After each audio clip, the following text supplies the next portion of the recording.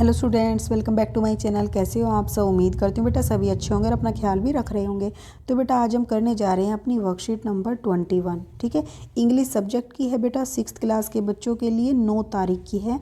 जिसमें बेटा हम क्या करेंगे, आज हमसे एक क्वेश्चन पूछा गया, in the following space recall and right your favourite lines from the poem kite. तो बेटा आपसे क्या बोला गया, रिकॉल करना, याद करना है, फिर लिखना है अपने मनपसंद लाइनों को फ्रॉम दी पोएम, जो आपकी पोएम है काइट। ठीक है, तो बेटा उसके बारे में देखो मैं कुछ आपको हिंट बता देती हूँ, कुछ लाइनें आप अपनी पसंद से अपनी बुक से भी चेक करके लिख सकते हो। ठीक है, और बेटा अगर आपको मेरा समझाया हुआ पसंद आता है तो प्लीज़ वीडियोज़ को लाइक कर दिया करो, चैनल को सब्सक्राइब कर लो, इनको शेयर कर दिया करो। ओके, देखो बेटा मैं लाइन लिख के बता रही हूँ। जैसे कि फर्स्ट लाइन थी, how bright is the, how, देखो बेटा ये ब्राइट है। Okay, BRIGHT, how bright on, ठीक है, on the blue, how bright on the blue is a kite, kite when it's new.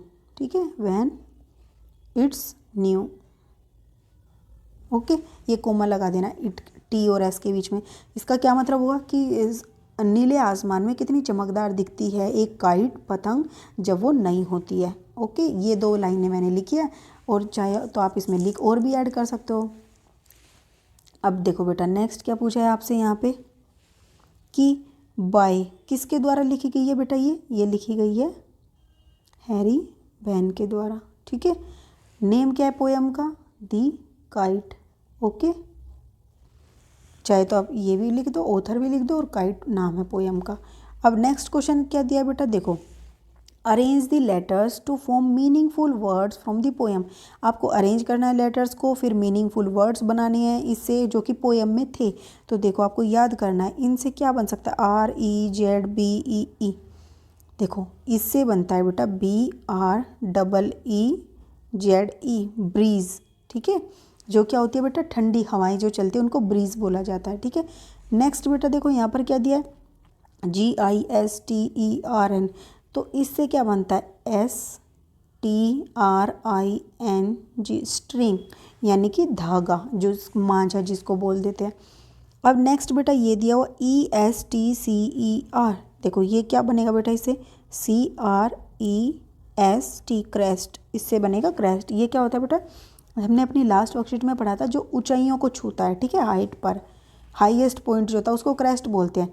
ये क्या है, RIGHT, इससे क्या बनेगा, ब्राइट, जो हमने अभी लिखा था BRIGHT, ब्राइट यानी कि चमकदार। ओके, तो ये वर्ड्स हमने सोल्व कर लिए हैं। इस तरीके से आपसे क्वेश्चन में पेपर में भी पूछे जा सकते हैं, लेकिन आपके पढ़े हुए ही होंगे। अब नेक्स्ट क्वेश्चन देखो बेटा, यहाँ पर क्या दिया हुआ है, कि यहाँ पर देखो रीड द स्टैंजा, ये स्टैंजा दिया हुआ है बेटा, and from the poem and answer the question that follow in the complete sentence taking the hints provided. फिर आपको कंप्लीट सेंटेंस लिखना है बेटा, आंसर नहीं लिखना है, कंप्लीट सेंटेंस बनाना है, और हिंट आप यहाँ से ले सकते हो, सिर्फ यही नहीं लिखने, complete sentence.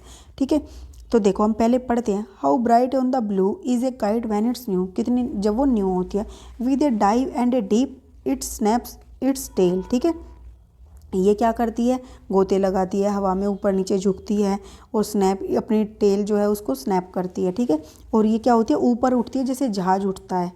With only A cell, जब उसके पास सिर्फ एक ही सेल होती है। ठीक है, जो एक बोट के ऊपर लगा होता है ना बेटा, जैसे इस तरीके का, ये जो लगा होता है, ये इसमें बस एक ही होती है इसकी टेल। फिर as over tide of wind its ride, और जैसे ही टाइड आता है ये ऊपर उठ जाती है, और ऊपर क्रस्ट पे चढ़ के बैठ जाती है उसके हाईएस्ट पॉइंट पे, और क्या करती है, of a gust and pulls then seems to rest, और जब वो हवा रुक जाती है तो वो क्या करती है, ये धागा उसको खींचता भी है, और ये रेस्ट में हो जाती है वहाँ पर। अब हम इसके क्वेश्चन आंसर करते हैं। वेयर इज़ द काइट, तो काइट कहाँ पर थी बेटा, देखो हिंट दिया स्काई, तो आप सेंटेंस लिखोगे कि the kite is in the sky.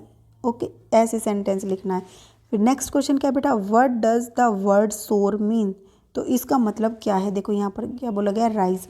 आप लिखोगे the word soar means, okay, means rise. Okay,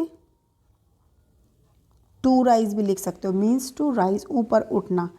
अब बेटा नेक्स्ट क्या, वाई डज द काइट सोर high, why does the kite सोर हाई, मतलब जो काइट है वो ऊपर क्यों उठ रही थी इतना, तो the poem of the wind, the power of the wind, तो मतलब कि जो किसकी वजह से उठ रही थी, हवाओं के शक्ति के कारण, ठीक है, हवाओं के कारण।